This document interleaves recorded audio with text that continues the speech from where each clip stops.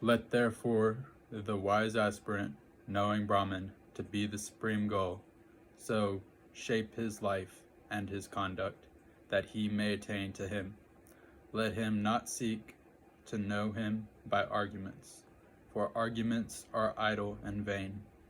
Verily, is Brahman the great unborn that dwells within the lotus of the heart, surrounded by the senses. He is the intellect of the intellect, protector of all, king of all, lord of all. Good works do not make him more, nor do evil works make him less. Lord, king, protector of all, he transcends the three worlds.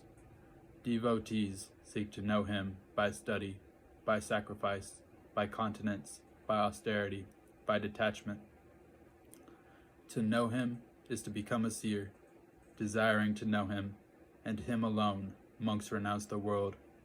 Realizing the glory of the self, the sages of old craved not sons nor daughters. What have we to do with sons and daughters, they asked. We who have known the self, we who have achieved the supreme goal of existence, no longer desiring progeny, nor wealth, nor life in other worlds, they entered upon the path of complete renunciation. Craving for progeny leads to craving for wealth, and craving for wealth leads to craving for life in other worlds. Two cravings there are, the craving for a life of pleasure in this world, and the craving for a life of greater pleasure in other worlds. The self is to be described as not this, not that.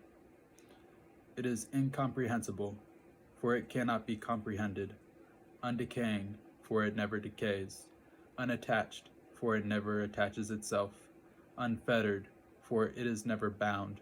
He who knows the self is unaffected, whether by good or by evil. Never do such thoughts come to him as I have done an evil thing, or I have done a good thing.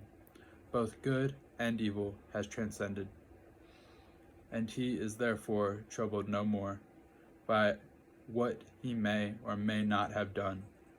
The eternal glory of the knower of Brahman, beginningless and endless, revealed by divine knowledge, is neither increased nor decreased by deeds. Let a man, therefore, seek to obtain it, since having obtained it, he can never be touched by evil. Self-controlled is he who knows the self, tranquil, poised, free from desire, absorbed in meditating upon him. He sees it within his own soul, and he sees it in all beings. Evil touches him not, troubles him not, for in the fire of his divine knowledge all evil is burnt away. Freed from evil, freed from desire, freed from doubt, he becomes a knower of Brahman. This, O king, is the truth of Brahman. Do thou attain to it. Most revered sir, I offer you the empire of Vidaha, and myself with it, to be your servant. Yagnavakya.